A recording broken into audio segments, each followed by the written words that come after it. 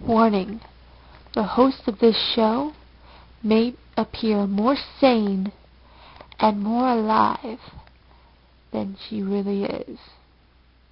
Beware of the quiet ones who like vampires. Hello, and welcome to the second edition of the Vampire Book Club. Yay! Okay, so, as you know, last episode we went over the book Laws of Blood, The Hunt, which is the first in a 5-part series. And after I did that book review, I discovered a fact of sorts. Laws of Blood was published twice, so there's 2 different book covers for it. Each book, because there was the first publishing, and when they republished it, they changed the cover. And so there's 2 cover pictures. So here's the pictures from the first book.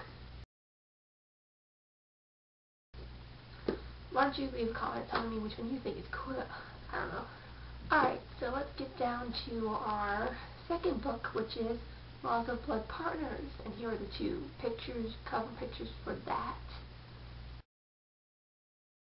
Okay, so in this book, it's about our enforcer. I believe her name is Sharon McCarran. I don't know if I'm saying that right, so here's how it's actually spelled. And, Gerald, can't even say that. Gerald Heaven. That's how that's spelled. I have trouble with names when I'm reading. We have our enforcer, Cher, or Char.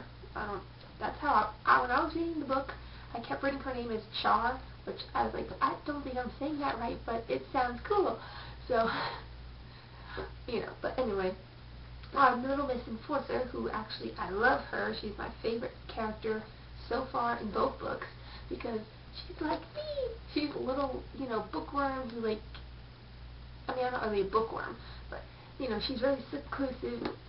She doesn't interact with people. She stays in her little apartment, all day, reading books, going on the computer, doing stuff that doesn't involve her actually interacting with people, which is really how I am. So I'm like, I love you.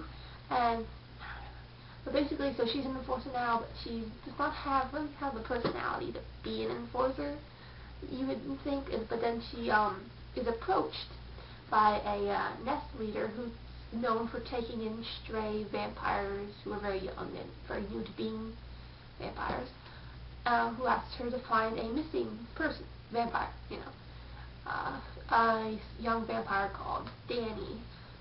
And so she has to go all the way to Seattle, which is where she lived before she became a vampire. So, opening new emotional wounds, because that's where her and her vampire lover lived until she was turned, and then had returned again and all that. I went over their turning issues. Once you become a vampire, you cannot remain in a relationship with the vampire who turned you, because they think of it as parent-child thing, which I found odd, but whatever. Anyway, so she goes there to find the missing boy and, bring him back, or whatever needs to be done with him.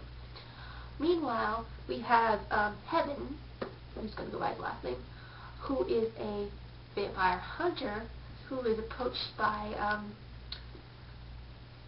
Danny's birth mother, who actually works for the FBI, which is, I think it was FBI or CIA, one of those, and approached him to find her son because she thinks he's in an occult, She doesn't really think he's a vampire. She thinks he's just, he joined an occult of some kind and hires him to find her son. And so he's there too. And there's a little scuffle between the 2 of them, between Cher, Char, whatever her name is, and Heaven, because they both visit a crime scene at the same time, and that's where she kind of, hulks out, because enforcers transform in a certain way when they're doing certain things.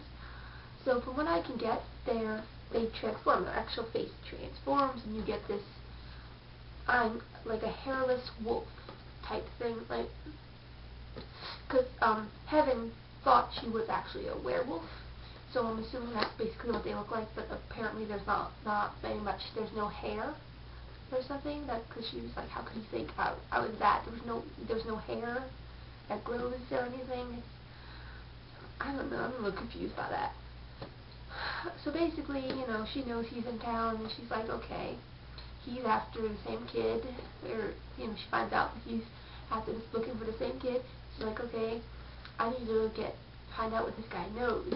So she sends him, she tries to find him, because when they sleep, they have very strong mental abilities, so she looks for him while she's sleeping with her mind and finds him, and sends him messages so that he shows up at the certain place at a certain time, and they meet, and they end up, interacting, and she basically, of course, kind of lies and says that she's in the same line of work as he is, that he's in, and, you find out that the vampires that he's been hunting are really, like, low vampires. Like, they aren't mentally as mental as they're like the scum of the vampire world. They're not very strong, they're not very smart. They're the ones that have created all the, we live in caves, we can't stand, like, they created most of the stuff that you hear in books and movies that isn't true. That's basically what they're saying about those. So he doesn't really know that much about real, like, her type of vampires that she works with and that she was before she became an enforcer. And of course he doesn't know anything about enforcers either. So